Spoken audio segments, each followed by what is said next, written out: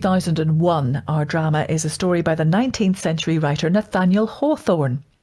If you've ever wondered what your partner gets up to when you're not there, this is what not to do. I read an article once in some old magazine about a man and his wife. The article claimed to be true, and if it is, it must be the most remarkable instance on record of marital delinquency. An episode indeed as bizarre as any in the whole list of human oddities. Though it spanned a good 20 years, the tale was a short one, so it will require some imaginative work on my part, and yours, to supply all the details. I'll start with the husband, if I may. He's our main character. I can't remember his name. We'll call him Wakefield.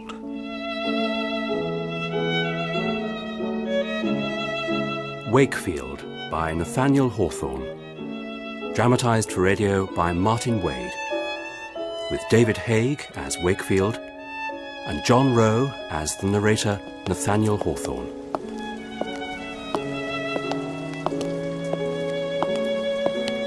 Wakefield lives in London, in a dull street called Suffolk Street.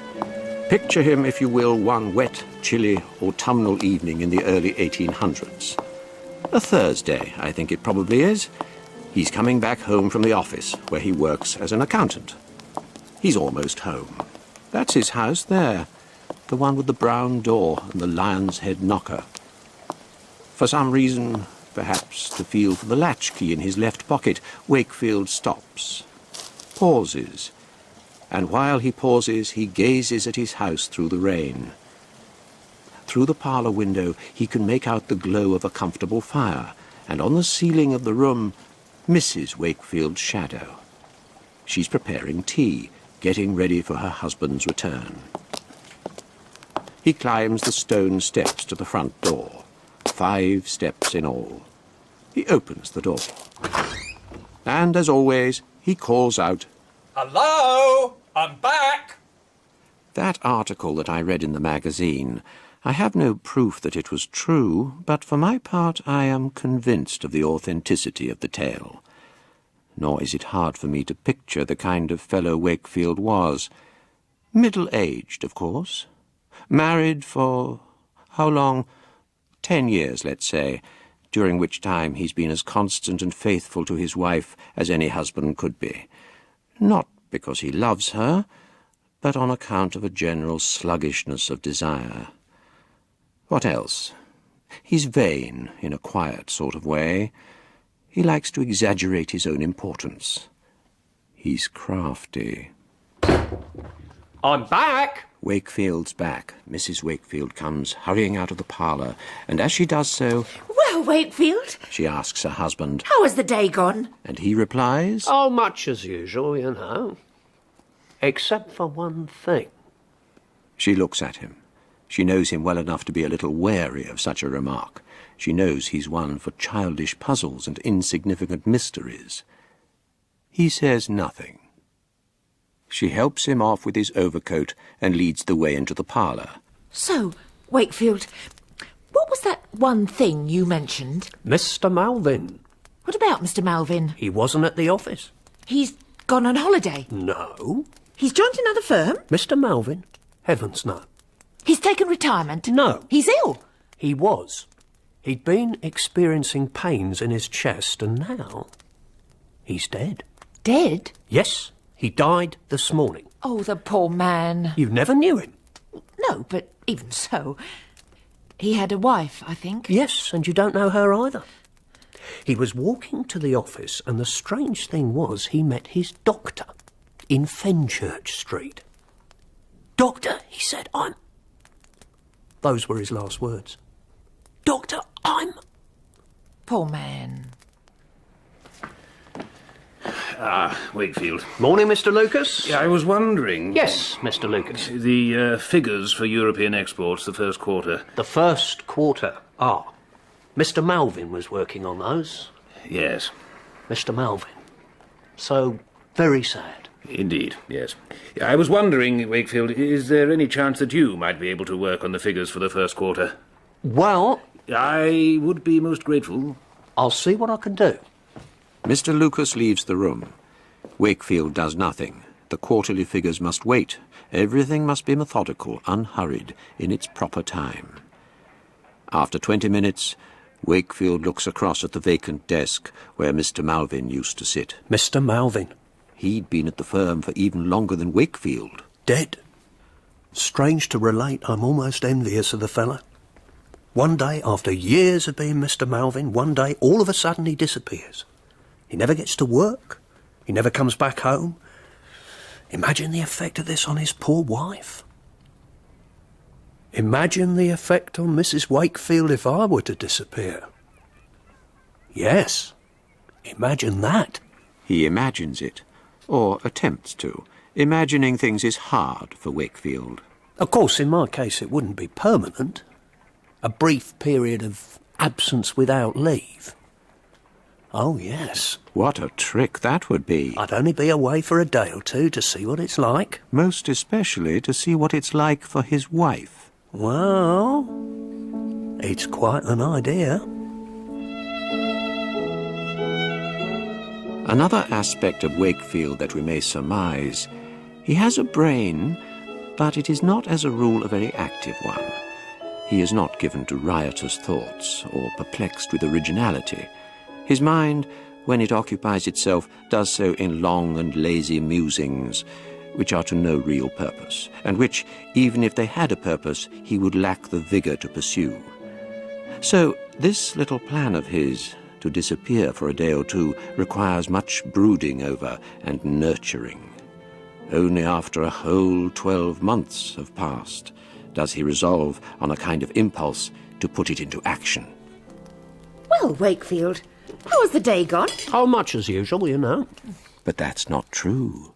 At lunchtime, he left the office and walked to the street right next to his own and went to a house where rooms are let and made arrangements with the landlord to rent a room on the first floor. Already he's packed his portmanteau. Just a few things. He did it last Sunday while Mrs. Wakefield was at church. Are you warm enough? I can put some more coal on. Certainly you can, but it wouldn't be worth it, not for me. I'm going out. You're going out? Yes.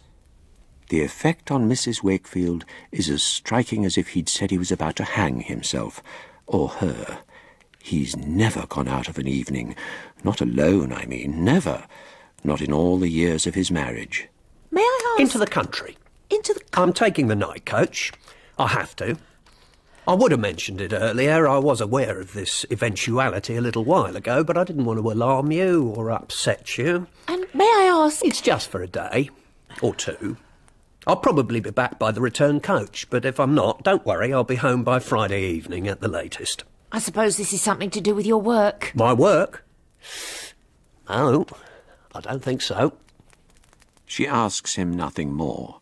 Indulgent towards his harmless love of mystery, she interrogates him only with a look. He fetches his portmanteau from his wardrobe in the bedroom. She helps him on with his overcoat, and they stand in the hall, silent. She is very subdued. Wakefield notices as much. He thinks to himself, what a beginning. The wind's been taken right out of her sails. Well, my dear. He holds out his hand to her. Take very good care of yourself. Yes, I'll do that. And you likewise. She opens the door for him. He is about to leave, and she doesn't know where or why. She longs to find out, he's sure of that. But she doesn't like to ask. If she were to ask, he would positively refuse to say, or he'd tell her a palpable lie. Therefore, she keeps silent. It's better that way. And knowing this, he keeps silent too. So? Yes. Goodbye, Wakefield. Go back inside, you'll get cold. Goodbye, then. Goodbye. And as she stands there in the hall, her mind plays a trick on her, and she thinks that the front door is thrust partly open again, and that she sees her husband's face, and it's smiling at her, a sly, crafty smile. And then the vision is gone. So is Wakefield.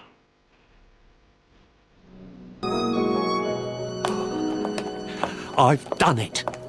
I've done it. How very easy it all was. I packed my bag, I rented the room, I told her I was going, I went. Yes, it's remarkable. Wakefield, who has followed the same routine with quiet devotion as if it were a religious rite, who has never done something today which is likely to be remembered tomorrow, who has never before acted spontaneously or boldly for fear of alarming himself. I, Wakefield, have walked out on my wife. I've become a free man. For a day or two.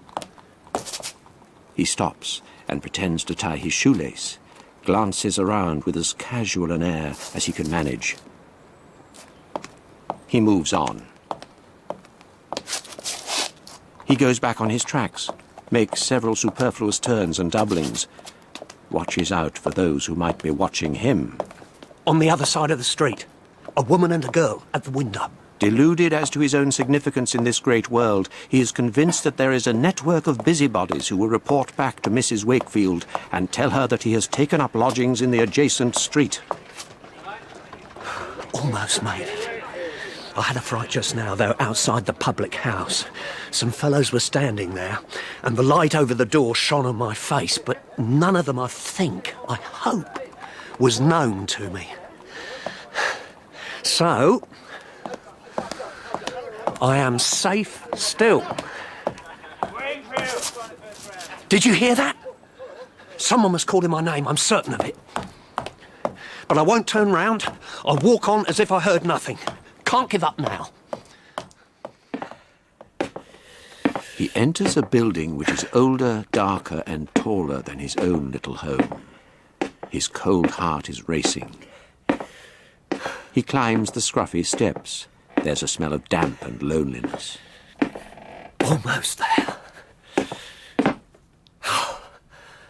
Almost there. He takes a key from his right pocket. Left pocket, the key to his house. Right pocket, the key to his lodgings. He's arrived. I'm here. I've made it. He's elated, like one who has performed a great feat of courage or endurance. He looks around the room. It isn't much of a room. It needs a coat of paint, really, and a couple of rugs, but it will do. After all, I'm not here for long. He goes to the window and looks out. Though it's dark, he convinces himself that he can see his house. So near. So very near. He is amazed at the transformation he has achieved. An hour ago, I was there with her, and now... He stays at the window, as if waiting for a sign. What is she thinking? She's thinking of me, of course. Going over the evening's events in her mind, her husband suddenly up and gone and without informing her where and why. I tell you, she won't sleep too well tonight. He doesn't sleep too well himself. When at last he drags himself away from the window and crawls, exhausted with excitement, into the unaccustomed and unnecessarily large bed, he finds that he can't compose his mind. He lies awake, alone, and begins to have regrets. I've done wrong. I've been foolish. I don't know what I was thinking of. I promise I won't stay here another night.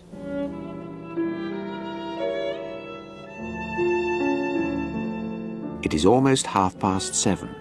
Starting up from a sinister dream, and for a second confused and frightened at not knowing where he is, he spreads forth his arms into the bed's wide and solitary expanse.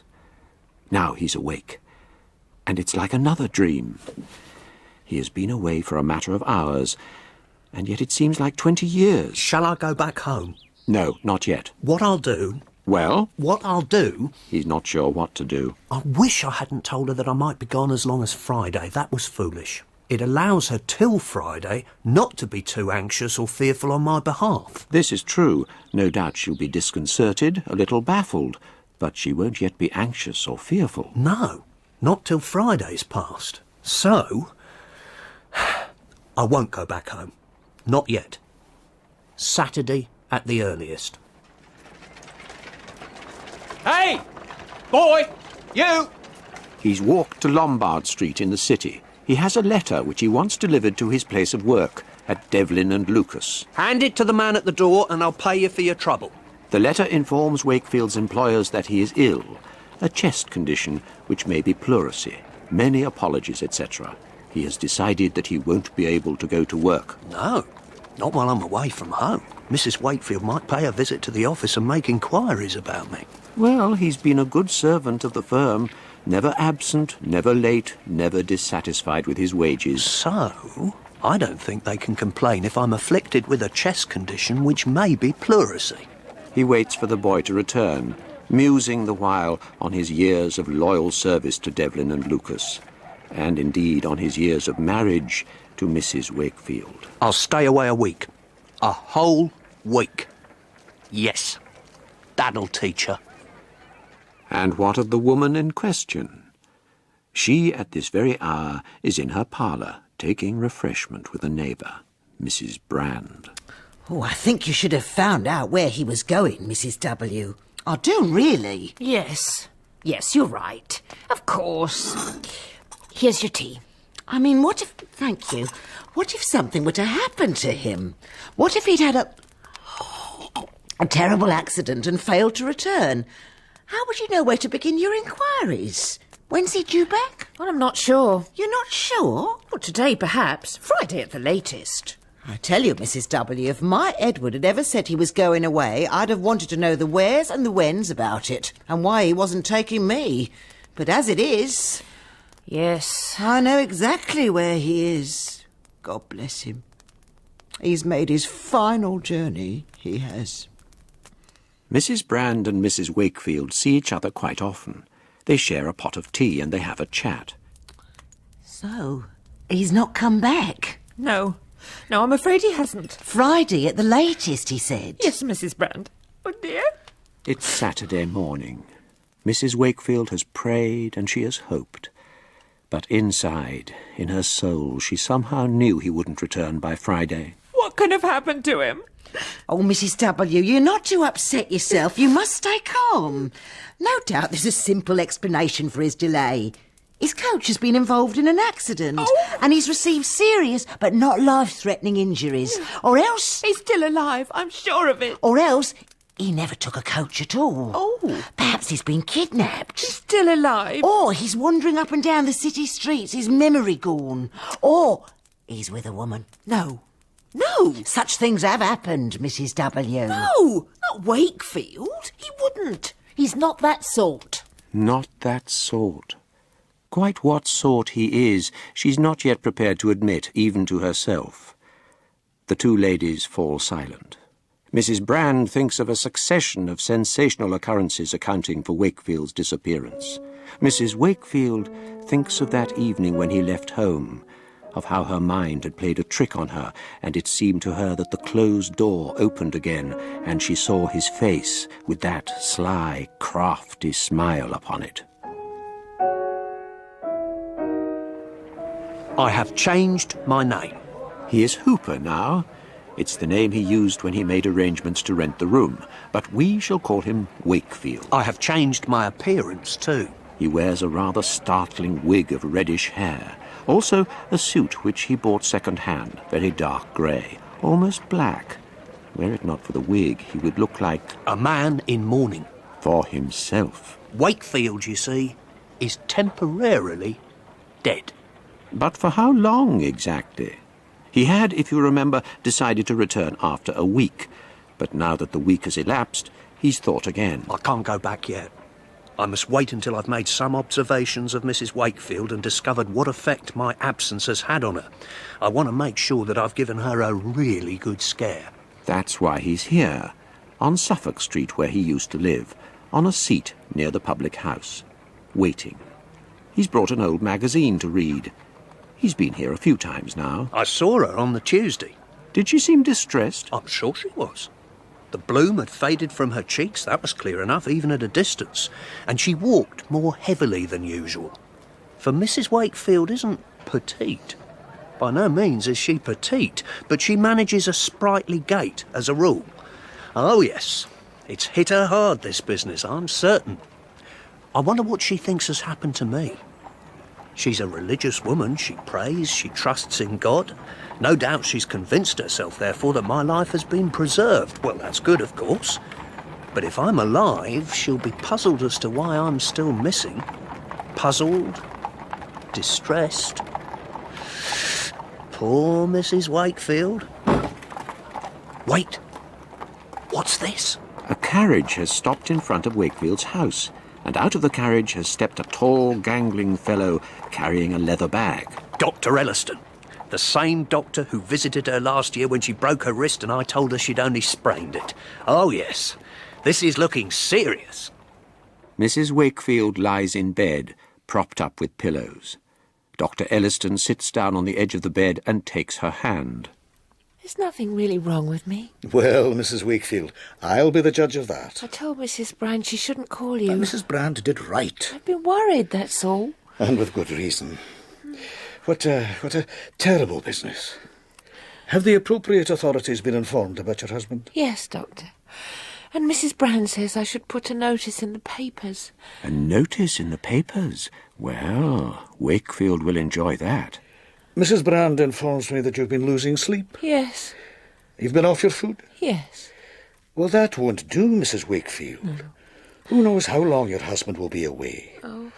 Who knows if he will ever return? And whether he returns or no, you have your own life to lead. Now, you must be strong. You must refuse to submit to distress and melancholy. Promise me you will, Mrs. Wakefield. Promise me. It seems to Wakefield that Dr. Elliston is with Mrs. Wakefield a good while. It is beginning to grow dark when he reappears. Wakefield contrives to be walking past the house as the doctor returns to his carriage, and he attempts to study the expression on the visitor's face. Forgetting that a doctor seldom allows himself a chuckle when he's on his rounds, Wakefield is greatly impressed by Dr. Elliston's grave features. It's serious. It's severe. So, what am I to do? He ponders the question as he stands by the window of his rented room. Should I visit her? Should I go to her bedside and whisper, "Here I am, my dear. Everything's all right"? No, I think not. I'll see her when her condition is critical, but not till then. After all, I promised myself that I wouldn't return until my disappearance had scared her half to death, until I'd taught her a good lesson. Well, I can't go hurrying back now simply because she's taken to her bed. And if I did go back, who is to say that I would make things better? My sudden reappearance might give her such a shock that she'd never recover. No, I won't go back. Not yet. In the next 3 days, Wakefield keeps an almost constant vigil near his house.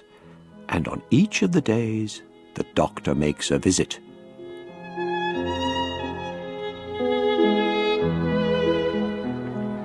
Well, says Wakefield. Well, this can't go on. A crisis is approaching, he's sure. He wouldn't be surprised if another carriage were soon to arrive and sombre men in sober suits were to bring out a coffin. No, I wouldn't be surprised. What a grim turn of events. Mrs. Wakefield, dead, snatched away before her time. Wakefield, a widower. I suppose then that I should have to return to the house in my old guise. Invent a tale to account for my disappearance, for it would be absurd, would it not, to maintain my absence once Mrs. Wakefield was deceased? What would be the point? Of course, if I did go back, it would all be very different from how it was before. I might take lodgers. I might take a new wife. I might rearrange the furniture. Wakefield's thoughts, if we may dignify them by such a term, are interrupted by a familiar noise. His own front door.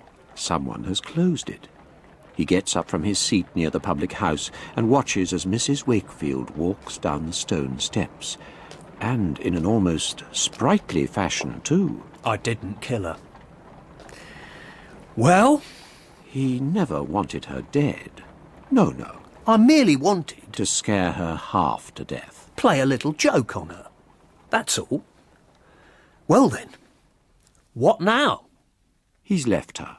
He's succeeded there, and she's been upset, and she's fallen ill, but she's made a good recovery. So, now that the experiment has been carried out and its findings duly noted, it's surely time for him to return. Yes, perhaps. But listen, if I were to go back, what would I tell her? I couldn't tell her the truth. Am I therefore to lie to her? Lie to my own wife? I can't go back, not yet. If I did, she'd see my return as a kind of victory. For her, I mean. As if I couldn't bear to be away. I won't go back today. No, no. It's awkward, it being in the middle of the week. I'll go back on Monday.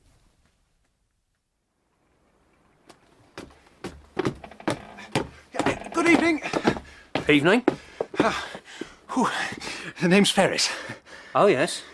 And yours is? Hooper. Very pleased to meet you. I'm a fellow lodger. The room next to yours. Settled, are you? Comfortable? Got everything you need? Yes, I think so. The two men stand silent. Wakefield has observed Ferris once or twice before, but has contrived to avoid him. Ferris is 10 years younger than Wakefield, or more. He feels an urge to be sociable. He is lonely, perhaps. Or he thinks that I am. Silence. Ferris's gaze darts up, as if beyond his control, to the top of Wakefield's head, to the curious wig of reddish hair. You must come for tea and a chat sometime. Thank you. Now? No, not now. Sometime. The question of money has arisen. Wakefield took some with him when he left his wife and home, but not much. After all, he was only going to be away a short while. Now it's clear he must be employed again, though not, of course, at Devlin and Lucas. Devlin and Lucas belong to the past. Your name? Hooper. You're an accountant? Yes. Come in. The manager's gaze darts up briefly to Wakefield's wig of reddish hair. I've read the letter of reference from your last employer. It's a glowing testimonial. Almost too much so. Wakefield's vanity got the better of him. Aylott and Son. I've never heard of them. Have you not? But then I don't know Bristol very well. Your age, Mr. Hooper? My age? 37. 37? Vanity again. He's lost several years, I think. Married or single? Single. Very wise. Has he got the job? Yes.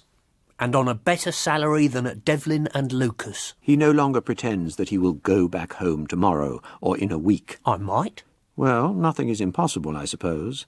He'd like to go back. He is aware that if he doesn't return, the sadness felt by Mrs. Wakefield will lose its force, become a thing of mere habit, and in time perhaps melt away entirely. Who knows? She might discover that life without him is to be preferred. But even this thought, thoroughly offensive as it is, cannot make him move. Oh, you're looking better, Mrs. W. I'm feeling better. I'm beginning to get settled again, if you know what I mean. Yes. Not fretting as I was. Time. It's a great healer. When my Edward passed away, I was prostrated with grief. Of course, when I think about Wakefield, I can't help experiencing some sadness. And being on my own takes some getting used to. I don't suppose I'll ever get used to it, really, even if I were alone for 20 years. But you've always got your neighbours. Yes, Mrs. Brand. And I pray to God. And, as Dr. Elliston says... Nice man. Yes. I must go on living, he says. That's right. That's what I tell myself. Be strong. Be calm. That's right. When my Edward... Wakefield's not dead, you know. He's not. I'm certain of it. She lived with Wakefield for 10 years, and though others who say they knew him would never have believed him to be a doer of eccentric deeds, his wife is tempted to think otherwise.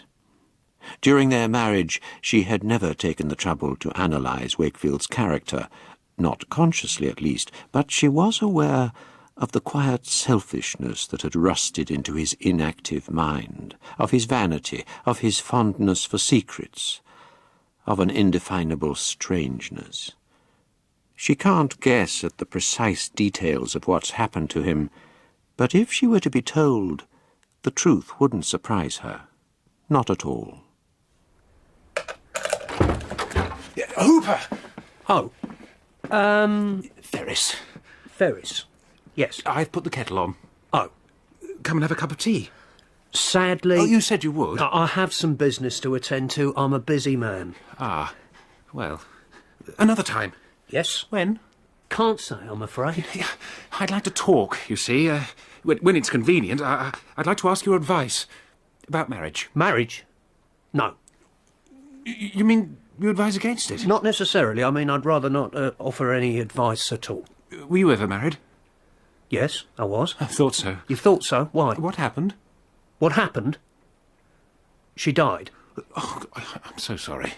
She fell from a tall building. Oh, my deepest condolences. What makes it so much worse is I was there. You were there? At the top, you mean? Or... Yes, it was my place of work, you see. She had come there to give me some news, some bad news, in point of fact, about her mother. And she heard a disturbance in the street below and went out onto the small balcony to see what was happening, but she tripped and fell against the balustrade and part of it gave way. Oh. She was not a petite woman, my wife. And she fell? She fell. To her death? Yes. To be specific, she fell onto some iron railings and was impaled. Oh, Lord. Was her death instantaneous? By no means. She lived for another 2 hours. Oh, the pain she must have endured. I tell you, those were the worst 2 hours of my life. What was the bad news about her mother?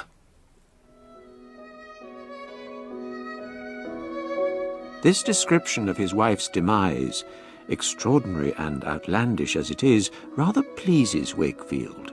He is impressed by his storytelling abilities, delighted with the look of horror that was registered upon Ferris's face as he heard the details. Now that he and Mrs. Wakefield are living apart, he must take his revenge on her somehow. It irks him, you see, that on those occasions when he glimpses Mrs. Wakefield, she seems so contented, comfortable. She has her religion. She has the house. She has no more tears to shed, not over Wakefield. She goes about her mundane business. She begins to take on the placid appearance of settled widowhood. She's putting on weight, you know, and she wasn't petite before. Her regrets have either died away or have become so essential to her heart that she'd rather not exchange them for joy. She won't fall ill again on his account. 6 o'clock. Wakefield is returning from work. Ferris lies in wait for him, listening for Wakefield's footsteps. And then he springs out. Hooper! Ferris? Come in and have a cup of tea. No, thank you. Rather not. Please? No, thank you. I've no wish to take tea with you, either now or in the future. I'm sorry, I don't wish you to be offended. The truth is... The truth is he doesn't want to take tea with anyone, or indeed to become familiar with anyone. I'm better at being on my own. I'll be civil with you, and you with me, I trust. But I'm your neighbour, not your friend. It may not always be so. Oh, I think it will. You are perhaps still recovering from the horrific death of your wife. No, I've quite recovered from that. Wakefield can't be a friend. He's perfectly right. Friendship is something he doesn't understand. He doesn't know how it functions, on what basis it operates, what it is for, what its rules are. Well, if you'll excuse me... The thing is, I really do need your advice. About marriage, you mean? Yes, about marriage. Wakefield knows about marriage. Marriage is different from friendship. It has a purpose. It has its principles and regulations. But even so... Some other time, perhaps. The situation, Hooper, is this. Things to do. There's a girl I know. Her name's Margaret. We were childhood sweethearts. I fell in love with her when I was 8. But her mother, she thinks it's foolish that Margaret and me, for all these years... She tells Margaret there are other fish in the ocean, and perhaps that's true for me as well, though I really don't believe it. I love her, and there's no other girl, I'm sure, who I could be in love with half as much. So, you see, I I need advice. I can't advise you, Ferris. I don't know the girl. She's wonderful. I don't know you. Well, you decide. But what is strange is this. A few days later, on the Saturday, Wakefield goes for a walk in the park. This is not his custom. A Saturday afternoon pursuit such as this seems to belong to his other, not his present life. So it is something of a surprise that he should be standing by the low railing that surrounds the pond, and watching the ducks and the coots, and watching Ferris too, and his childhood sweetheart, Margaret. She has a pretty face, I think. He remembers Ferris telling him that the park is a favourite place for him and Margaret, and he wonders briefly whether he is here on purpose or by chance. He stands quite close to the couple, but to one side. They are sat upon a bench. Ferris's eyes are fixed on her. And every so often she smiles, and he smiles. And he takes hold of her hand, and she, with her other hand, rests it on top of his, to keep safe the hand that keeps safe hers. And suddenly, she turns and looks him in the eye. Such an earnest look it is, and he keeps his gaze fixed upon her. Sweetheart still, after all these years. 6 o'clock. Ferris is returning from the park. Wakefield lies in wait for him, listening for Ferris's footsteps. Ferris? Ferris? Yes, what is it? I'd like a few words with you, if I may. Oh, right. Excellent. Let's go to my room, shall we? I'll put the kettle on. No, you needn't bother. What did the lovesick owl say to his darling when it started to rain? Too... Wet to woo.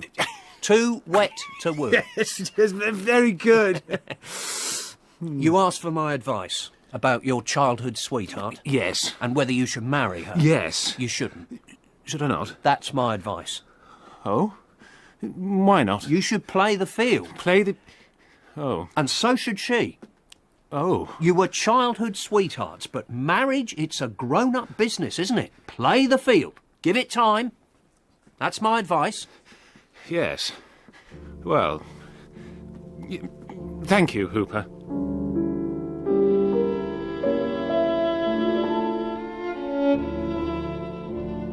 This, I think, was cruel of Wakefield. This was vindictive to tell the young man not to follow the promptings of his heart. He is almost ashamed. Oh, Wakefield. What has happened to you? What kind of creature have you become?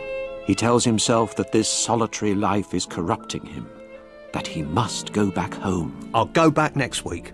I will, I promise. Next month, at the very latest. I'm coming. Dr. Elliston. Mrs. Wakefield, how are you? Dr. Elliston has paid 1 or 2 calls upon Mrs. Wakefield since she made her recovery. More than might be expected, even from the most conscientious of doctors. I do promise you I'm as well as I have ever been. Oh, I'm glad to hear it, Mrs. Wakefield. Indeed, you look in most excellent health. I thought I would drop by as I was passing. No, in truth, Mrs. Wakefield, I made a special journey here to see how you were managing. I'm managing more than adequately. You're sleeping well? Eating well? I am. Any news yet? Of my husband, you mean? None. Mrs. Wakefield raises her brow as if to say, it's unfortunate, but it can't be helped. Silence. I have to tell you, Mrs. Wakefield. I have to tell you...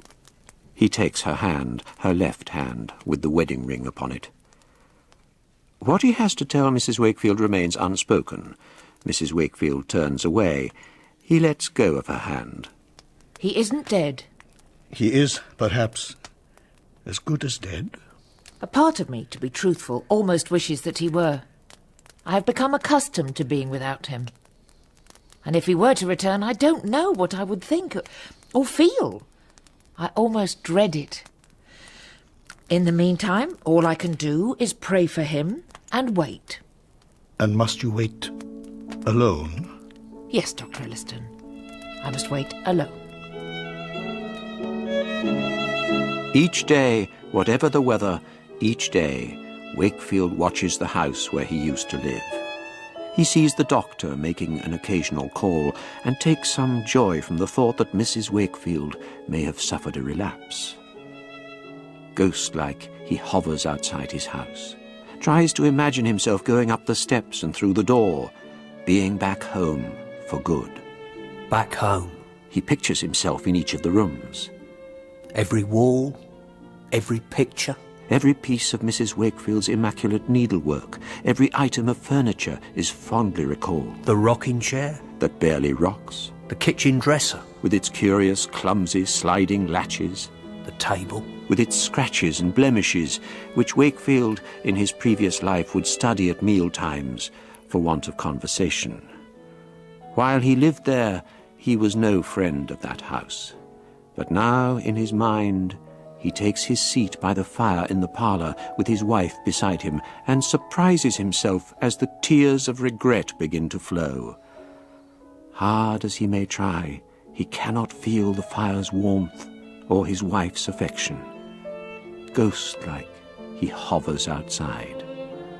Oh, God, I've been such a fool.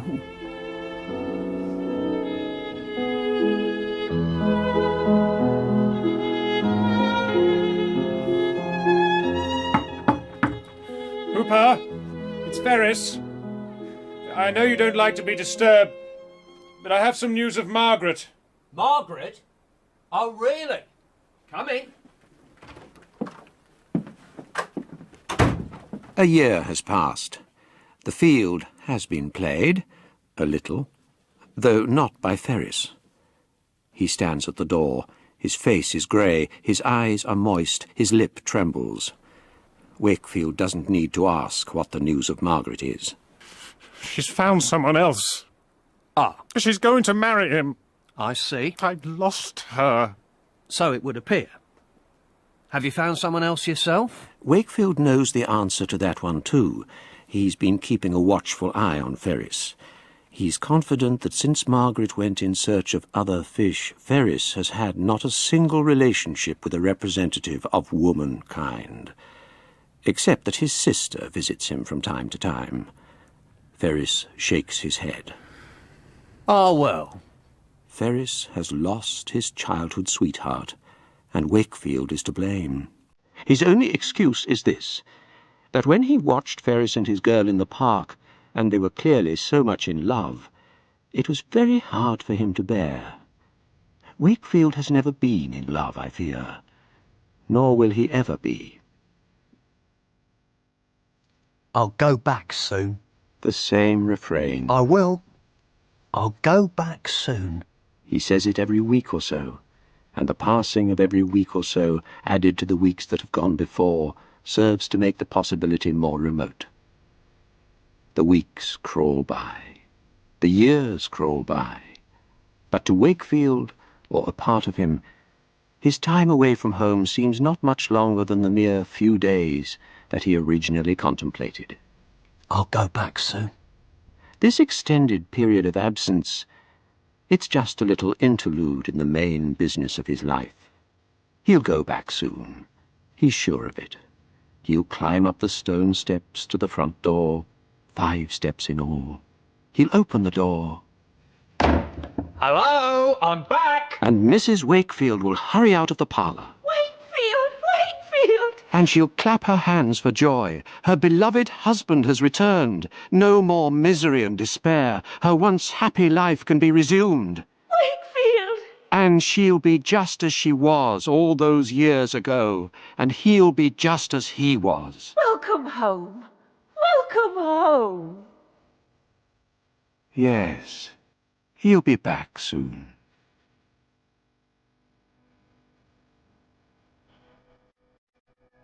"10 years.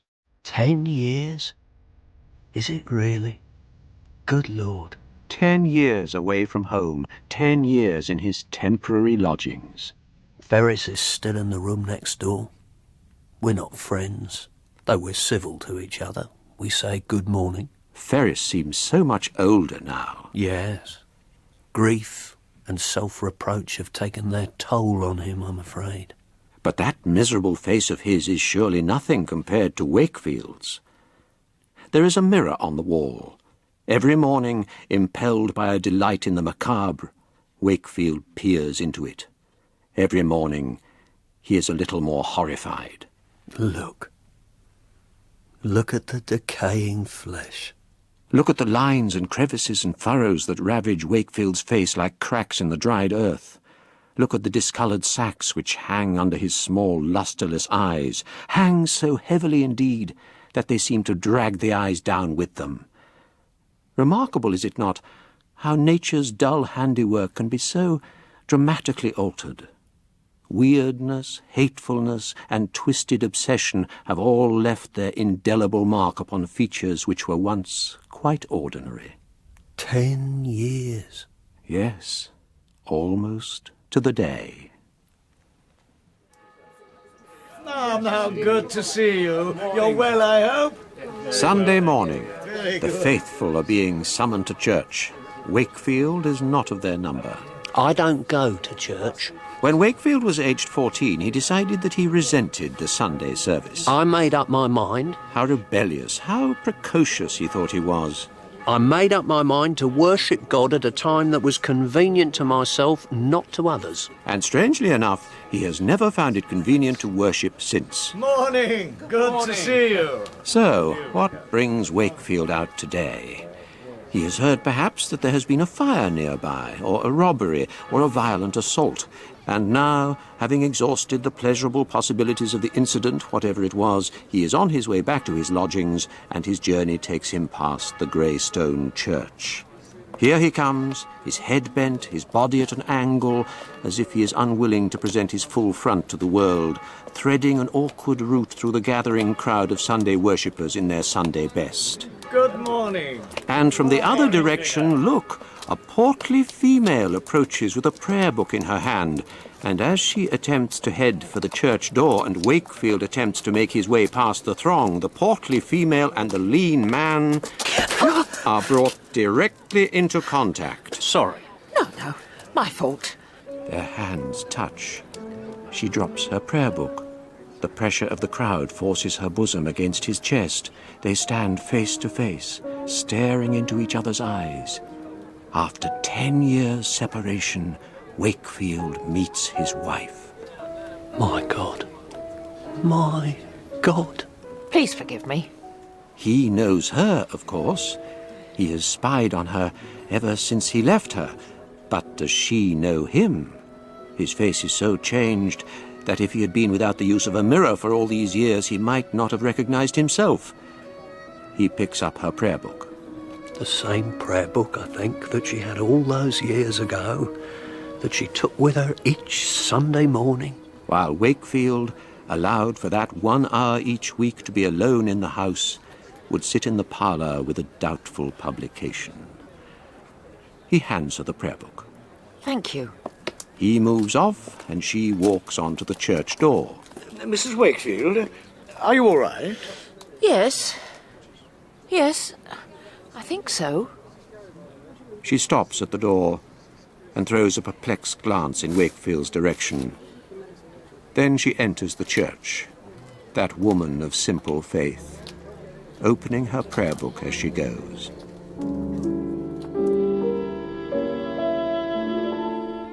Wakefield, meanwhile, his features set into an expression so extraordinary and disturbing that even preoccupied, self-absorbed Londoners stand and stare at him, hurries to his lodgings. No! His latent feelings, restrained for all these years, at last break out and give to his feeble mind a brief energy. All the miserable oddness of his life is revealed to him at a glance. Oh, God! To his Maker he cries, his first attempt at private Sunday worship. Hooper! Go away! Hooper, are you all right? No, go away, please! What's the matter? I'm mad. That's what the matter is. I'm not thoroughly mad, perhaps. Some sanity must remain, I suppose. Else how could I recognise my madness? On the other hand, Wakefield has only to consider the singularity of his situation. The fact that he has abandoned his wife and his home and has been living in the adjacent street. The fact that he has been away for a period of 10 years when he had intended that it should be a mere few days. The thought of all this surely is enough to impel him towards insanity. I'll go back soon. And if I don't, it can't be helped. After all, I'm mad. You're certain it was him? Well, no, Mrs. Brand, I can't be certain, but... I saw my Edward quite recently. At Christmas it was, in the High Street. I was convinced it was him from the back, you know, so I shouted out, "Edward! Edward!" I can't be certain. He looked like Wakefield. And the curious thing was, the fella's name was Edward, so he turned round. But it wasn't him. Well, of course it wasn't. He looked like him, but he was so different, too. It really threw me. Here's your tea, Mrs. Brand. Oh, thank you. His hair was red. I hadn't expected that. I didn't like his face. I didn't like it at all. I wonder if he recognised me. I always knew he wasn't dead. I asked God if he was, and he told me. What will you do? What can I do? I can pray. Perhaps he's been away, abroad, you know, and he's come back. That would be strange, wouldn't it, meeting up again after all these years? What on earth would you say to him, Mrs. W? I've no idea. He was my husband, it's true. But it was such a long time ago. And I've changed. And so has he. He's mad, or he thinks he is. And because of that, he thinks that anything is possible now. He might kill someone, or himself. He might even go back home. The office becomes an abhorrent place to him. There is no difficulty with the work itself, but aware as he is of his insanity, he is convinced that others must be aware of it too. He leaves his place of employment, finds work elsewhere, at a succession of different firms indeed. And each time they realise I'm mad and I leave. The fear of being considered mad is greater than the madness itself. As the years go by, the periods of unemployment become longer and the periods of work increasingly distressing. I work when the cupboard is bare or when the landlord grows impatient. He derives a morose, maudlin pleasure from being able to sit in his room and look out of the window and talk to himself. Or to walk to Suffolk Street. And sit on the seat a little distance from my house and gaze at the front door. The days seem very long. The years seem very long. He doesn't speak to Ferris, and Ferris doesn't speak to him, one-sided good mornings being hard to sustain. Wakefield speaks only to himself. I'll go back soon. Perhaps he will, being mad. I'll go back soon. And when I do, it will be as if nothing has happened.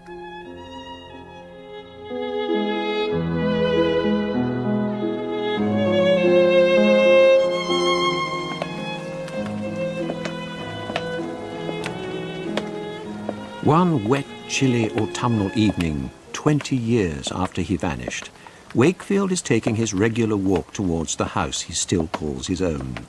The house with the brown door and the lion's head knocker. He pauses, as is his custom, near to the house. Through the parlour window he can make out the glow of a comfortable fire. And look, there's Mrs. Wakefield's shadow on the ceiling. The cap, the nose and chin, the broad waist, they form a grotesque caricature which seems to dance to the tune of the fire's blaze. A merry dance, too merry for an elderly widow. Wakefield stands and watches and waits. He shivers with the cold. He turns his coat collar up against the rain. How warm and cosy it must be inside. The fire and the thick rug in front of it. The mantelpiece with its knick-knacks that he used to give Mrs. Wakefield on her birthday and at Christmas, for want of anything better. And Mrs. Wakefield herself, face crimson with the warmth of the room, putting out the cake and the scones. Well, what is he to do? Is he to stand here wet and shivering? His own hearth beckons him. His own wife, once he enters, will fuss over him, he's sure, and bring him a change of clothes. For of course he thinks she has thrown nothing of his away. Is he to stand here? No, Wakefield is no such fool. He walks towards the house.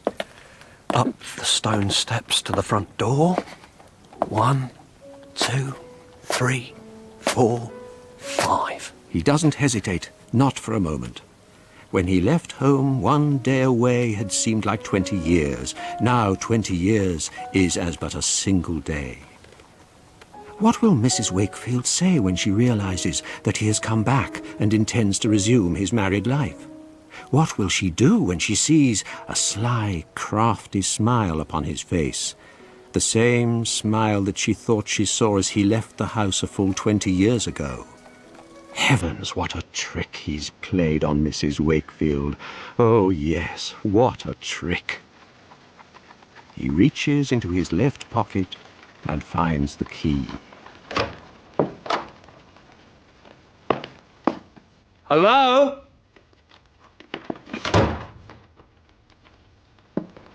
Hello? I'm back.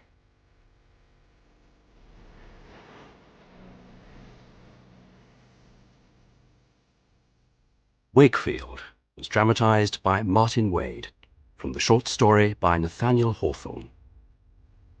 Wakefield was played by David Haig, the narrator Nathaniel Hawthorn by John Rowe, Mrs. Wakefield by Richenda Carey, Ferris by Jonathan Keeble, Mrs. Brand by Jennie Stoller, and Dr. Elliston by Gordon Reid.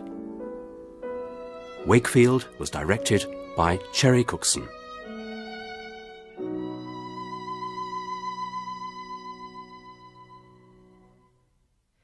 In this drama slot after the weekend, 3 intrepid explorers venture into an Icelandic volcano in Jules Verne's Journey to the Centre of the Earth. The wind